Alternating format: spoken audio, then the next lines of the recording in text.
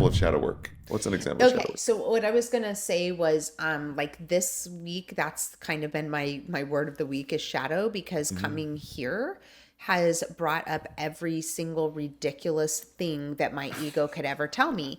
And thank goodness I'm a pro, because I know my ego, catch my ego, and I don't fall for that shit. It's actually for me just thoughts that spontaneously float through my mind, and then I Yeah. go fuck you and goes. But what You're that people do is they gatekeeper. nurse that. So it's like, you're dealing with feelings of unworthiness. I'm not worthy. Or I got in huge trouble with my husband when I said, what if I don't have enough material and I'm a bore? My husband spanked the shit out of me. So it's like, yeah, like, are you Were you really absolutely your nervous to be on a mind? pod, like on a show or a podcast? Yeah, because I have to face all the things, all the work I've done in my life. Yeah. I've been able to this far avoid putting myself in a total public eye. And Why? because I take it really serious. Really? Yeah, because I would never want to mislead anybody. I would never want Oh, anybody to get okay. hurt. I would never want anybody to get a misconception about who I am or what I'm capable of or what my life is like. And so even that, so there's shadow work right there. So it's like, wait, where would you even get the idea Yeah, that where you're did that come responsible for from? that? Where'd that come from? Yeah. And so you will follow that to the root. And it's like your shadow is we see it in Peter Pan. Remember, he's followed around by his shadow, and his shadow just like, come here, Oh, is that where Peter Pan came from? Like come that? here. Wasn't he Yeah. have like that special soap to like get off his feet? Where it Yeah, was like, he was trying to rip him off his feet or oh something. I can't yeah, something remember what like it was. that. Yeah, But that shadow was fucking with him. that's a perfect depiction of. Yeah, and that's what our shadow does to us, and it's the shadow of our truth. It's what's not in the light. It's the darkness. Yeah, and it's the reasons why we do our things that Right. we What do. makes the negative parts of us tick? It's like Yeah, under there is going to be a story and yeah. your shadow, and it's always lurking over you. That scary shadow, that boogeyman, and the scariest thing would be to face it and be alone in your own mind with this maze of trauma and stuff. So people don't do anything about it. Wow. Yeah. What's the best way to face your shadow work then? Or I guess. For me, well, so obviously there are tons of just amazing workshops and people who are just amazing leaders in this space. But to me, I feel like if you can learn to hack yourself and learn just some basic things Okay. about how to go in and actually address and deal with things. So if something's coming up for me, and I'll even do this out out loud, and I'm sure I sound crazy, but I'll have like an actual conversation with my eyes closed out loud, like talking to myself as another party to help to guide and facilitate. But what I tend to do is whatever's coming up for me, I want to really think about that feeling. Maybe I can feel it somewhere in my body. Okay, when I think about self-worth issues, I'm like, whoa, I feel that in my solar plexus, which of course I would. That governs your self-worth. Oh, where's And the solar plexus? Sorry. it's okay. It's Manipur. It's like 3 inches Oh, above the I belly always get my button. anxiety right here. Right. So that's it. So it's your fire, your passion, your desire, your self-worth. Interesting. That's all so that's all wrapped up in there. That's the manger where the baby is born, the manger. The in manger. Bible. Oh, you're right. Yeah, Yeah, yeah. that's the The manger. uterus. Yeah. So, well, actually, the uterus would be governed lower between Svadhisthana, though. If you think about the sacral chakra, all of your reproductive organs actually be in Svadhisthana, which is the next lower chakra. Oh, okay. But no, this is where this has to do totally separate. This has to do with like the Christ oil and meditation and moving up the Christ oil so you can go from the left brain to the right brain. So there's a whole thing about the seed being born in the manger. In the solar plexus. In the solar plexus, which is the manger, and that's what they're talking about in the Bible. So, anyways, you felt this anxiety or Yeah, this so I come felt up. this anxiety. And then what I would do would be something like try to remember the last time that I felt. There's many things. So it's like trying to remember the last time that I felt that, or just trying to follow that thread right away, depending on how deep you are with that feeling, and just being like, okay, when was the first time you ever felt that? And I just want to relax my mind and allow myself to go anywhere. Even if it's when I was 17 and I can't really remember something younger, I might still do something with that. I might go to when I was 17 and be like, okay, feel that feeling there. Okay, Carrie, you were on a stage, you were in drama, you were feeling X, Y, and Z. Do you remember last time that you felt the way you felt at that moment? I might end up at 2 years old. And that's where I want to do something. So, there's a lot of tactics that I can use. One very easy in and out tactic is just going in and saying, guide her through that with, step into that picture, step into that movie that you're running, see it like a movie. Okay. Oh, where is she? Oh, she's in the crib and she's crying and her mommy's not coming and she hears yelling downstairs and she's really scared.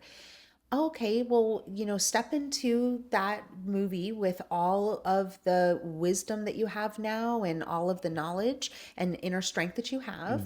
And what does she need? Well, why don't she needs to be picked up and held. Well, why don't you pick her up and hold her and tell her what you need to tell her? Tell her that she's going to be strong and that it's okay and that, what mommy's doing has nothing to do with you or whatever it is that needs to be said.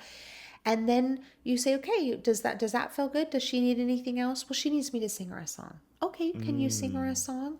Oh, rockabye baby. And you do this under hypnotherapy? Yeah, well, you can do it to yourself because you can just follow an emotion. Because if you're in an emotion, you're in hypnosis because hypnosis is just a theta brainwave.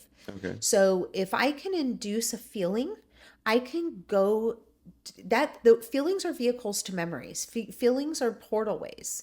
They take us to memories. So everything's through a portal way, just like when you hear a song and instantly you're in high school and it's summer break and you're in your friend's truck. Or the sense of smell. Right. It's And like, exactly. Oh, gym smell. Yeah. And it's the same with the emotions that we have. So if we can follow that back and we can give to ourselves what we needed in that moment, our imagination or ourselves cannot distinguish between imagination and reality. So now we've recreated something or created a new relationship to that memory. Now all of a sudden it's that baby actually got what she needed, and that satisfies something inside of me on a really deep subconscious level where I'm running that program. And it goes, okay, yes, I got picked up and held and I don't have to do this anymore. Right. So that's definitely one way. Is that like, well, the hypnotherapy, because right now I'm doing talk therapy with a therapist, and we're kind of doing the same thing. Because I got like on a big journey last year of just like, what would it look like if I go really deep into my mental health? And so then I started looking up microdosing. I started looking up float tank therapy, meditation, breath work, and then working with a therapist. Kind of the same way I just take a crap ton of vitamins. And it was weird. It's almost like the therapist, they just talk you through the same exact thing you were saying. It's like they try to see what happened. Like as far back for me, it was like I figured out I like to people please. And which is my greatest strength, it's also my greatest weakness because I like to be on camera and I like to make, impress Everything's people. a double-edged sword. Dude, it all is. It's the law of polarity, which we'll talk about. And it burned into me. I guess I got that, I don't know, imprint in me. Yeah. When I was 5 years old, that's where I tracked it back. And I remember I was on the pitching mound in Little League. And everyone's cheering for me. And I was just trying to be the best I could and just like throw a good pitch. And then I screwed it up. And it must have been like maybe 6 or 5 or I don't even know. And then I was like getting down on myself. But it was weird because I was remembering that I really didn't even care. But it was more that people were watching me that I want to be like put on a show. Yes. Like, I got to show them that I actually care. Yes. And then that's what kind of pushed me to be like better in school and then better in my business and then better in this. So yeah, there was many benefits and there was a lot of learning in it, but we want to get a little more congruent with that energy. We need to set boundaries for ourselves and protect our energy. We can't just be doormats to people. We can serve, we can love, we can give, but only as much as we can give, and only when we're receiving equal currency energy coming towards us. That's not what I had to learn. Yeah. Because I can't say no to people now. Yeah.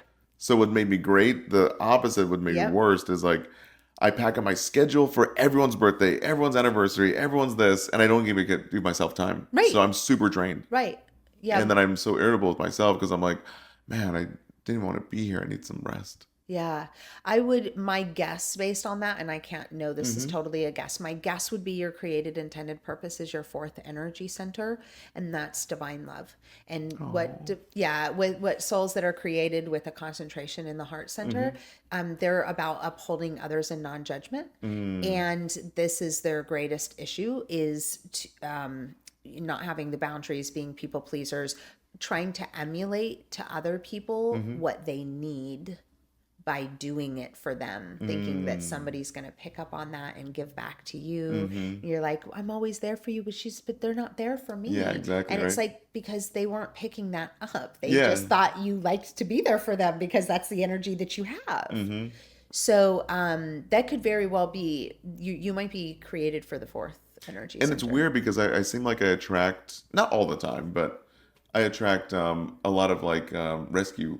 I feel like That's right. shelter animals because it's like some people, all they do is take. That's And they exactly take, right. and then I just like realize I'm like, Yeah. one of my friends said, he's like, dude, you know, you have a bunch of like leeches around you. Yeah. They're just leeching out Who's me. the one giving them the energy? And I'm like, oh yeah, I'm just like, I feel like this beacon of light is like always Yes. spewing out. Yeah. And I notice I'm like, oh yeah, so and so Yeah. does never, they're always having a bad day and they always like just unload on me. I'm like, oh Yes. man. Oh, you're totally a fourth energy Yeah, center, just like for my husband and my best friend.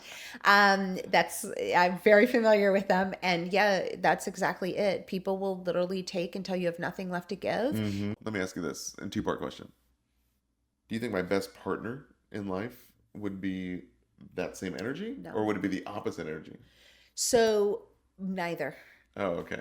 So it can be any energy. Like what happens, a lot of times we've traveled with souls for many lifetimes. And even if we had once been far apart, you're vibrationally becoming closer together until your siblings are married or family or whatever.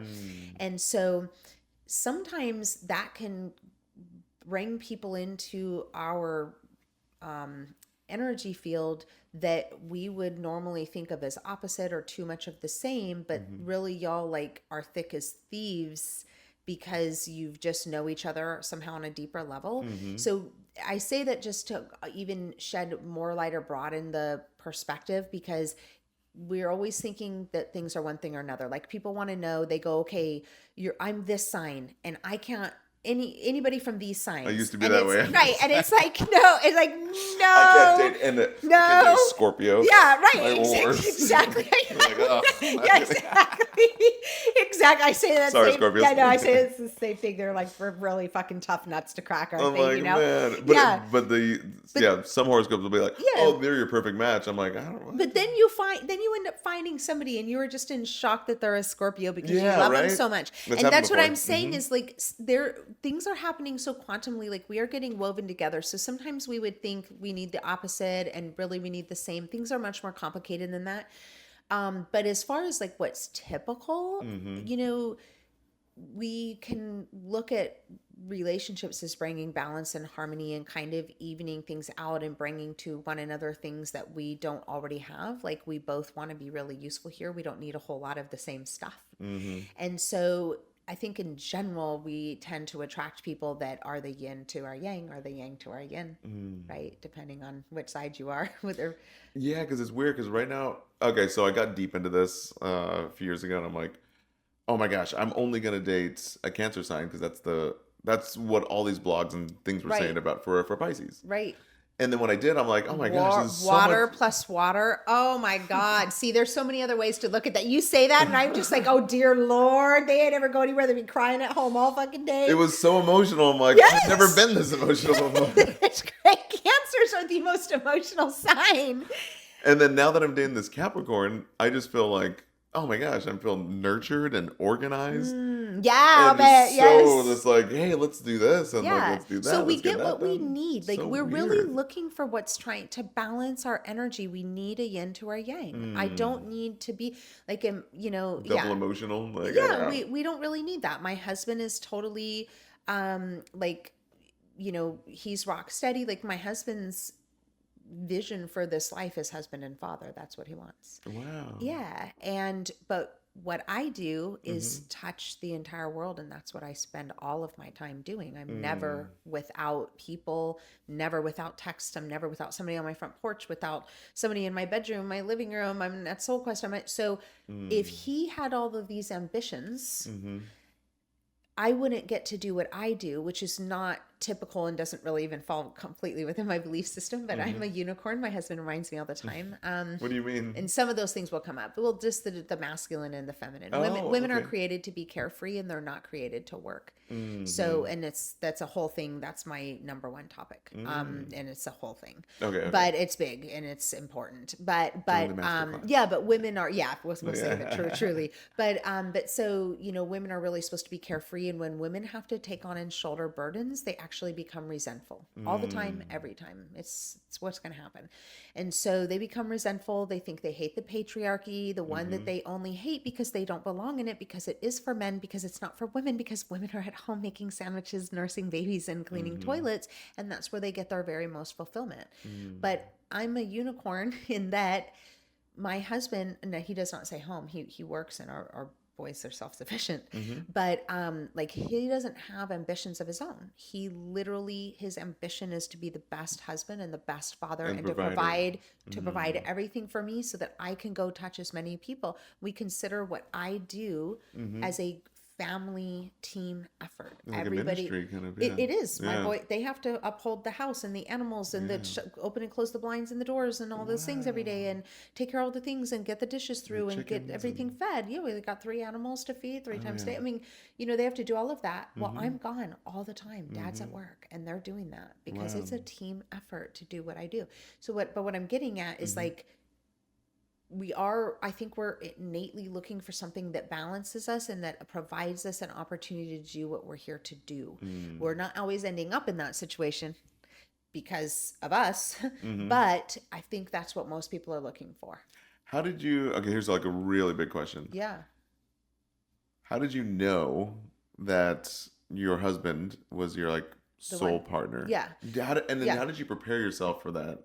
Yeah. Because people watching, they're like, I get this all the time. That's the number one thing that I see in my generation. It's like, everyone always think like, I just need a partner to be happy. Yeah. But it's like, I get that, but also too, it's like, how did you know That how you need to be happy you're before you get a that's what I partner. mean. Well, Yes, it's not even that, but yeah. it's more of like, I need to find a partner. Yeah, Because my and baby clock's ticking. Well, and we do, because your baby clock is ticking, because Yeah. you do not get to rewrite the rules after tens of thousands and possibly millions of years on Earth and say we're smart, we have science, we know better. No, you do not. And there is a time frame. There is a best time frame to do this in. It is the most fulfilling path. People are the most fulfilled. It is not even close. You can find a study in every corner of the world that will show you emphatically. You can go read the studies of women over 50 that chose a life of work. They are literally lonely, childless, and wish they can go back in time. This is not me saying this. This is the reality. And so we do have a biological clock ticking for a reason. We are looking for a partner. We do not have to, because we can go in so many directions with this, but like, this is a plane of duality and choice, and you can make all kinds of choices, and they will always yield consequences. Everything has a consequence, and that's both positive and negative. Okay. If I give somebody a hug, the consequence is I feel good and nurtured. If there's a consequence. If I eat too much pizza, I feel bloated and fat. If I smoke meth, my teeth will fall out. Right, exactly. There's always a consequence, both positive and negative. And so,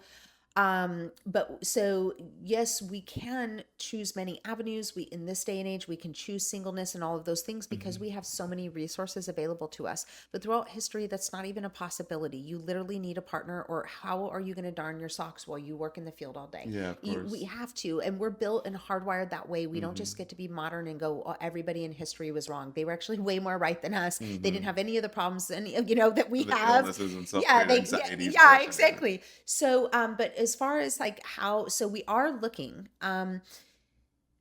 When I met my husband, I knew and felt something immediately, and all I Really? did was see him several registers down. And we We were work at both Trader checking Joe's. groceries. We were checking groceries at Trader Joe's Yes. in Bellingham, Washington. And I saw this little baby child down there because he's younger than me. And he was like this little baby child. And something happened that was different. I didn't know what it was. I didn't know where this was going. I had never even seen him. I was thinking, I wonder if that kid started working here. Turned out he worked there fucking longer than me. Literally, I had just never even in my radar. He was Wow. younger. He was immature in comparison to where I was coming. Like, just young, just not been in the world enough. And so, but I saw him on this register. I knew something. And then we had a weird little quick awkward conversation in our break room at work that was really interesting. And I scared him to death. I made him very fucking nervous. What He did you had do? never even touched a girl. He was making yerba mate tea. Oh, and you just And like, I you was came like, on too quick. and Like, I hey, no, yerba I was mate. like, is that yerba mate? Yeah, And yeah. he was all nervous, like, who is this like girl talking to me? And Don't he's look like, at me. yeah. Had not been a whole lot in the world, so he Oh, was wow. a virgin. He was, Oh, wow. yeah, and he hadn't really dated. He had no real knowledge of girls or women. He was like afraid of them. Oh, He loved them, but he snap. was afraid of them, right? And I mean, he's all How guy. old He's was all he? guy. At that when I met him, he was 32. 20. No, no, I'm just When I kidding. met him, he was 20, and he was right on the verge of turning 21. Oh, okay. Yeah. Wow. And but so when I had this I said to him, "What?" I said, "Is that yerba mate?" And he's like, "Yeah." I said, "Really? Why are you drinking it?" I knew all about it, and I love health, but I was wondering why this 20-year-old kid was choosing yerba mate. We work at Trader Joe's. We had every tea in the break room, multiple kinds of coffee. You can get coffee out at the demo station. It was something was different about this. And he said, "I'm drinking it for the health benefits." And I started cracking up because here's this 20-year-old kid. I mean, it's just so rare, right? And what a rare, and this was 15 years ago. Yeah, drink a Red Bull. Like, Right. Yeah, this was Monster 15. Now energy everybody's drink. into Yeah. health. Yeah, Nobody. yeah. I was a weirdo that I knew all about yerba mate. Yeah, And so yeah, he goes, of "It's for health." And I was like, "Really?" He goes, "Well, it's a cleaner burning fuel than caffeine." He starts telling me, I said, "Well, this is really weird." So we had this, we had it, and then we would just talk at work, and I asked him out one night. You asked him out? It was weird because How he was old were this you? virgin. Well, I was 24. Okay. Okay, I was 24, but we were 4 light years apart. So he was a virgin. I had just come from cocktail waitressing on the strip in Las Vegas, Here comes and I Gary. hadn't met a person that I hadn't slept with. So I was on the other end of the spectrum. I was going to say that, but I don't want to be rude. But okay, now you came like a tornado. I was really, I come from quite a background. And so, Oh, man. yeah. And so, and I don't condone any of that. And it's the worst way to live, and it will destroy your life. Okay, And but it you were corrupts you. 24-year-old. I mean, come on. Yeah, no, it was all for years up to that because the kind of trauma and my experiences in life and what I'd lived through. I've been here. Oh Really? yeah, oh yeah, oh yeah. The reason that just, it wasn't just exploring your life and oh being God, a 20-year-old. no. Oh no, I was totally. Oh, wow, it was like I was broken. Oh, yeah, snap. yeah, Okay. yeah. And yeah, so we were kind of like light years apart in experience. And I mean, you knew nothing of the world. I had just been cocktail waitressing in the biggest casinos in Vegas. So it was just, right? It was just, and so he was just a kid to me. So I did ask him out. I just receive information. Like I can't explain how I get it. I don't see visions usually. I do get visions sometimes. I had one last night, but I don't usually see visions. Sometimes every once in a while I have a dream, but I just know things. You just feel it. I know it. Can you feel it in other people? Or no, it was only for your own journey. Your own path. No. I pick up things constantly Oh, man, I for want you people, to, but like, it's definitely in real time. Like Okay. things are coming up and like they just happen, and I'll usually ask permission if something is Intuition, coming yeah. up. Yeah, so I just know things.